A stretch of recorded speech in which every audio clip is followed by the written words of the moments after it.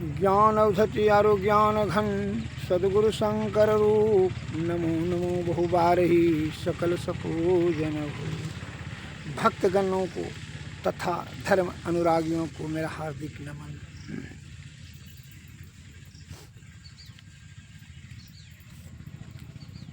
मरने के समय में अर्थात देह त्यागने के समय में जीवात्मा या 9 दरवाजा में से किसी दरवाजे से निकलेगा तो वह जन्म का कारण हो जाएगा। इस बात को ध्यान रखिए। वो 10वां दरवाजा से निकलेगा तभी वो ब्रह्म की ओर बढ़ेगा।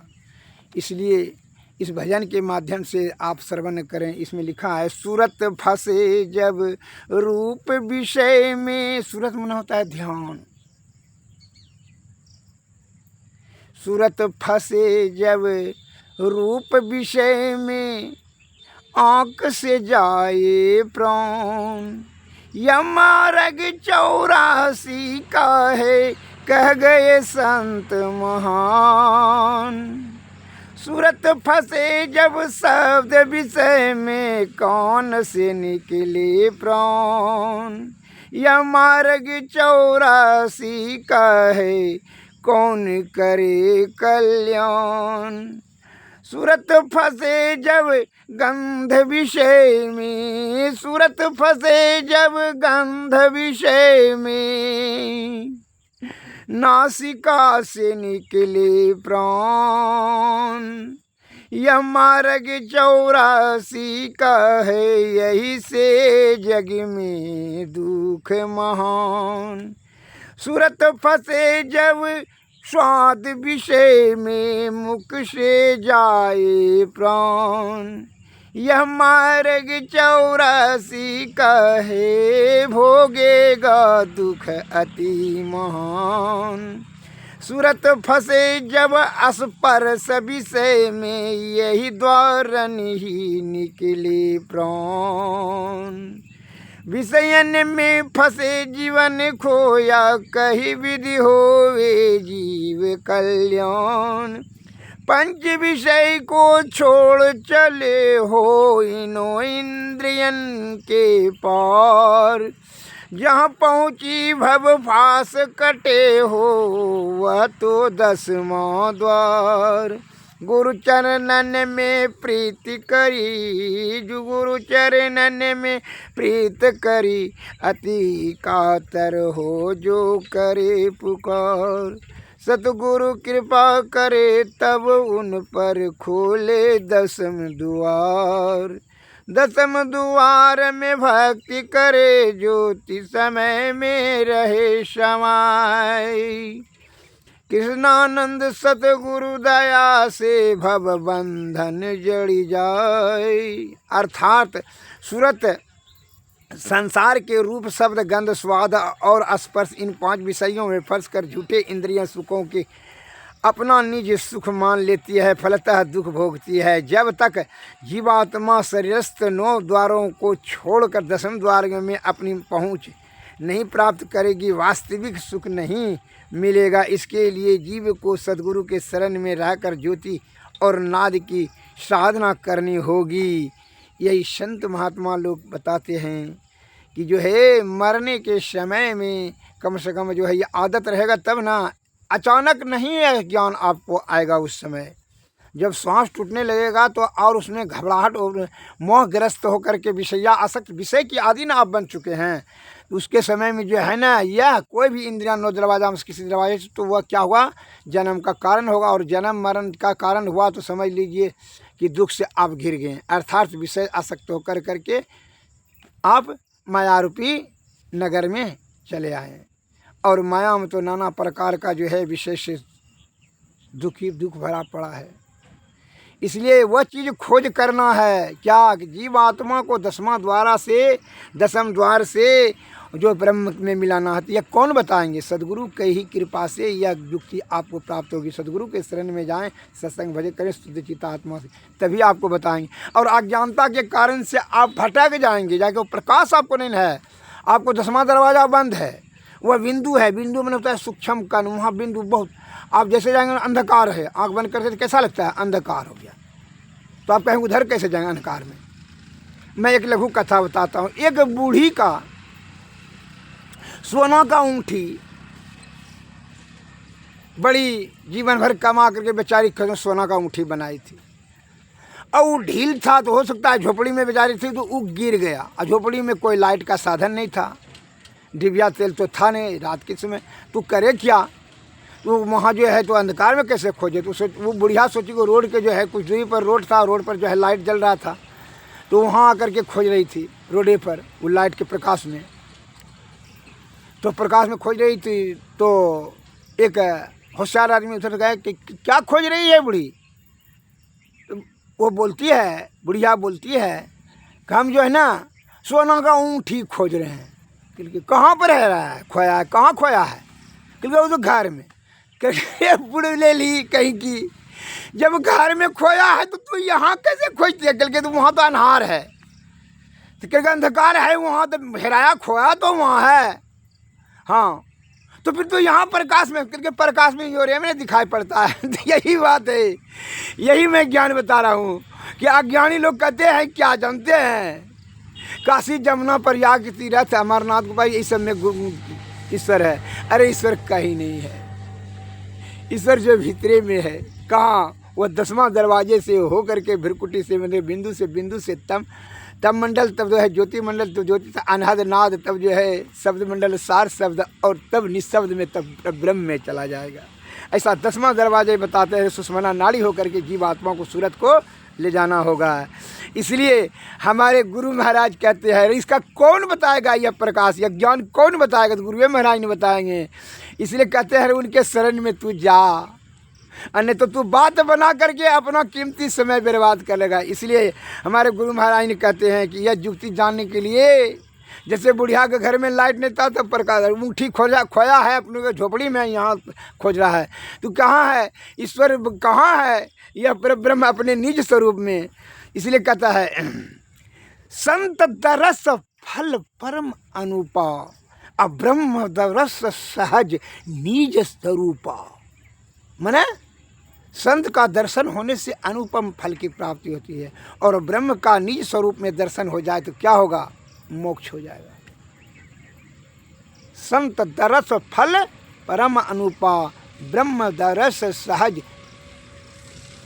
निज स्वरूप। अपने स्वरूप में, अपने ही मस्तिष्क में ब्रह्मांड पर ब्रह्म मिलेगा, वहीं पर खोजिए। कहीं जाने के नहीं, जीव आत्मा को वहीं से नीचे गिर गया है, हृदय कुंड में आ गया है। इसलिए ये विषया आसक्त होकर के यह ज्ञान इंद्रियां बीच में आ जाता है। यह विषया आसक्त होकर के बेचारा वो 10वां दरवाज़ा भूल गया वहाँ जाने के लिए। ये गुरु की कृपा से ही उनको इस बात की ज्ञान होगा। इसलिए गुरु से निवेदन क्या है, गुरु से निवेदन करना चाहिए। कैसे, और जिसके पास लाइट है वही ने बताएगा भाई कि भाई चलो तुमको हम टॉर्च से खोज देते हैं ऊँटी। दूसरी प्रकार जिसके पास जो गुरु महाराज जो है वहाँ पहुँचे हुए हैं ब्रह्म पर, तो वही ने उनको जानकारी होगा कि कैसे ब्रह्म पर। तो कैसे, तो आप आँख बंद करते अपने सुनते हैं तो आँख बंद करके इंगला पिला में घुस जाते हैं माया मोह के चक्कर में। मकान बनाया, दुकान बनाया, पुत्र बनाया, पुत्री बनाया, स्त्री बनाया, ये सब सोचने लगते हैं ध्यान आंख बंद करके। लेकिन नहीं, सुषमना नाड़ी में कहता है वो ब्रह्म की ओर जाने के लिए। इसलिए गुरु से विनती कैसे करना चाहिए, गुरु मम सूरत को गगन पर चढ़ाना दया करके, गुरु मम सूरत को गगन पर चढ़ाना दया करके, सतधुन की धारा बहाना, अपनी किरण का सहारा गहा कर, परम तेजो मैं रूप अपना दिखाना, गुरु मम सूरत को गगन पर चढ़ाना दया करके, सतधुन की धारा गहाना, साधन भजन हिन मौसम न को, मेरी इस दुर्बलता को प्रभु जी हटाना, पापों के संस्कार जन्मों के है मेरे, जो दया कर क्षमा कर मिटाना, तुमरो बिरद गुरु है पति तन को तारन, अपनो बिरद राखी मही जी निभाना। गुरु मम सूरत को गगन पर चढ़ाना, दया करके सतधुन की धारा वहाना। दया करके सतधुन की, सात धुन चलता है अनहद नाद पर, सातों धुन वहाँ गुंजायमान होता है, इसलिए कहता है सुषमना नाड़ी होकर के वहाँ अनहद नाद तक पहुँचा दीजिए गुरु महाराज। ये आपकी कृपा से ही हम वहाँ पहुँच पाएंगे। अनहद नाद पर चले जाएंगे तो वहाँ सरल रास्ता, तब फिर उधर जाने का हो जाएगा। यह बड़ा सरल रास्ता है। सूरत शब्द योग हमारे गुरु महाराज बताते हैं बड़ा सरल और सुखदायी रास्ता है, इसी को अपनाना ही बुद्धिमानी होगा।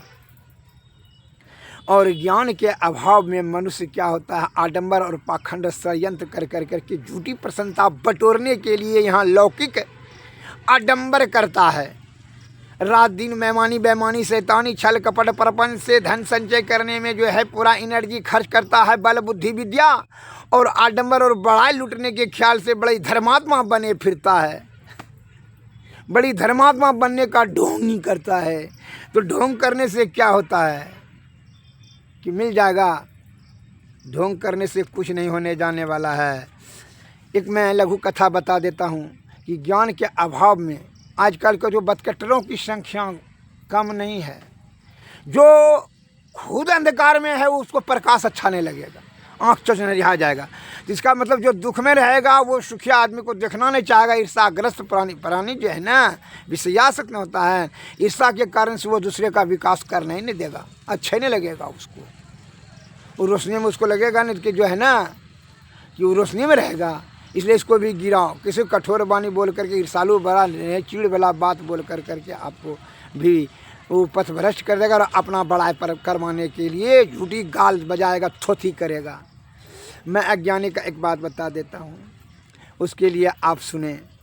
जो है बहुत से कबूतर झुंड का झुंड जो है, बहुत बड़ा झुंड जो है जा रहे थे दाना पानी खोजने के लिए, तो जंगल के रास्ते से जा रहा था। तो उड़ते हुए कबूतरों ने देखा कि जो है नीचे में क्या है कि चावल का दाना बिखरा हुआ है बहुत ज़्यादा मात्रा में। तो सब कबूतर ने बोला देखिए कि चावल का दाना है, चलो खा लेंगे, यहीं भले भोजन मिलिए गया प्रचुर मात्रा में। तो जो बुद्धिमान था, जो अंतःदृष्टि वाला था, ज्ञानी था, बूढ़ा कबूतर, उसने कहा रुको रुको, अभी कोई मत उतरना नीचे। कहा है कि संदेह लगता है। क्योंकि क्या संदेह लगता है आपको? अगर चावल का दाना जंगल में कैसा निर्जन वन में जहाँ की कोई जनता का आवागमन नहीं है, कोई आदमी का, यहाँ कोई इंसान का आवागमन नहीं है, तो यह चावल कैसे आया? इसका मतलब क्या है? हो सकता है धान आया हो, लेकिन चावल आने का मतलब यह है कि कोई शिकारी ने चावल छिट करके जाल बिछा कर का, जो जाल हम लोगों को दिखाई नहीं पड़ता है, और शिकारी स्वयं छिप गया है जाल बिछा करके। कोई भी मत नीचे उतरना। तो एक दूसरा कबूतर एक तो बदकट्टने होता है, जैसे भी कहिए कि सतगुरु प्रवचन वाला बात कहिए, वो क्या कहे, बड़का सत्संगी बड़ा बड़ा सत्संगी तक गया, और जैसे लगता है वो कितना बड़ा को काम कर रहा है, विषय भोग में रत है। वो अपने आप को समझ रहा है कि हम बड़ा श्रेष्ठ काम में, हम जो है ना श्रेष्ठ काम में जो है ना देश का प्रगति और विकास अपना कर रहे हैं। वो विकास और विनाश देश का ना अपना कर रहा है, विनाश कर रहा है। जो बनेगा भोगी वो तो होवे करेगा रोगी, जो होएगा जोगी वो नहीं होएगा निरोगी, तब ना उसकी बुद्धि निरोग रहेगा। Health is wealth, good health है गुड माइंड। जब गुड हेल्थ रहेगा तब ना गुड माइंड रहेगा, बुद्धि बढ़िया रहेगा।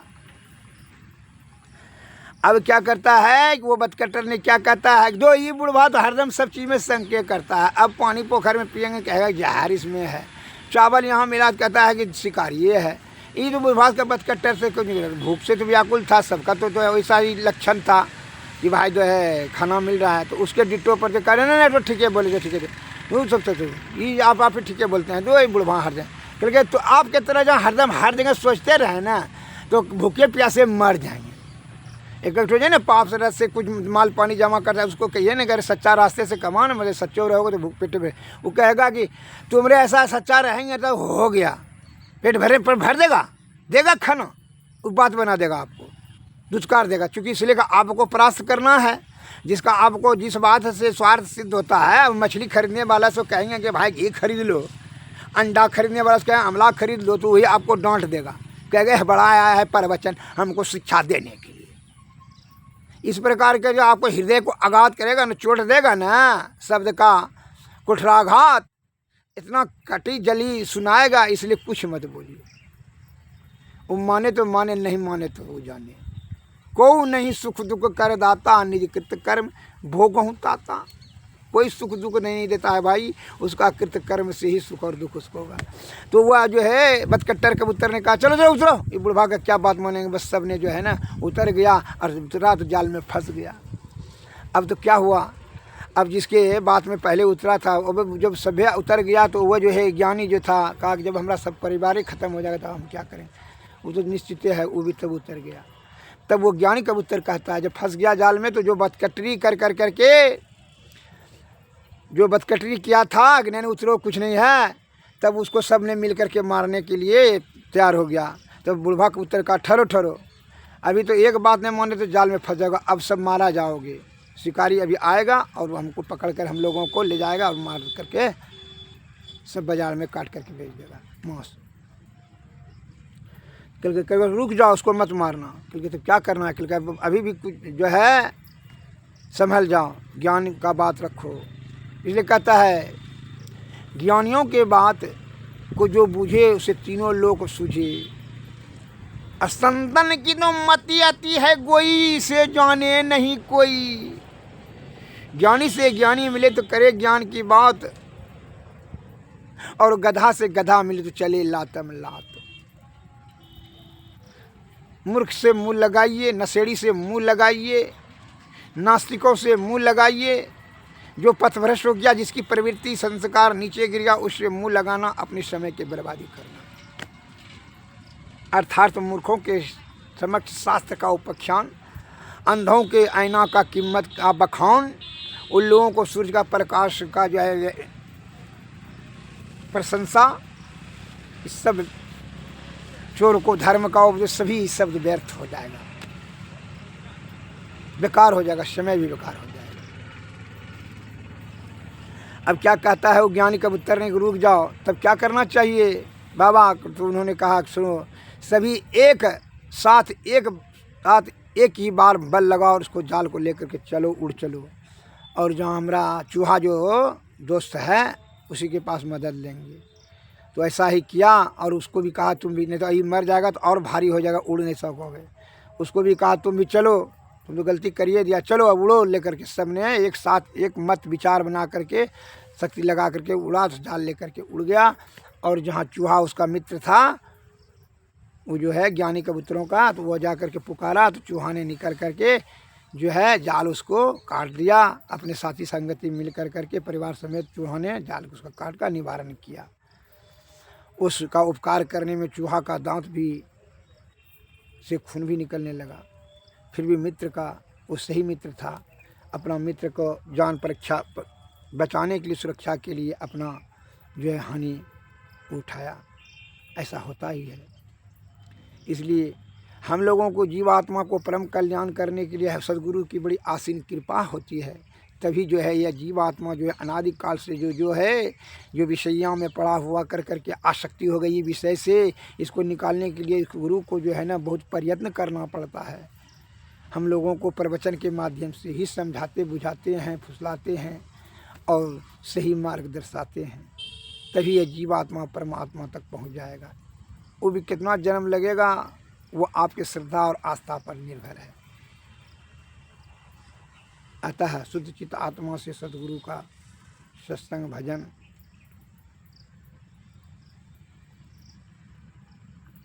का अमल करें, तभी जीवात्मा को परमात्मा की प्राप्ति संभव है। सद्गुरुवे नमः। जय हिंद, जय भारत।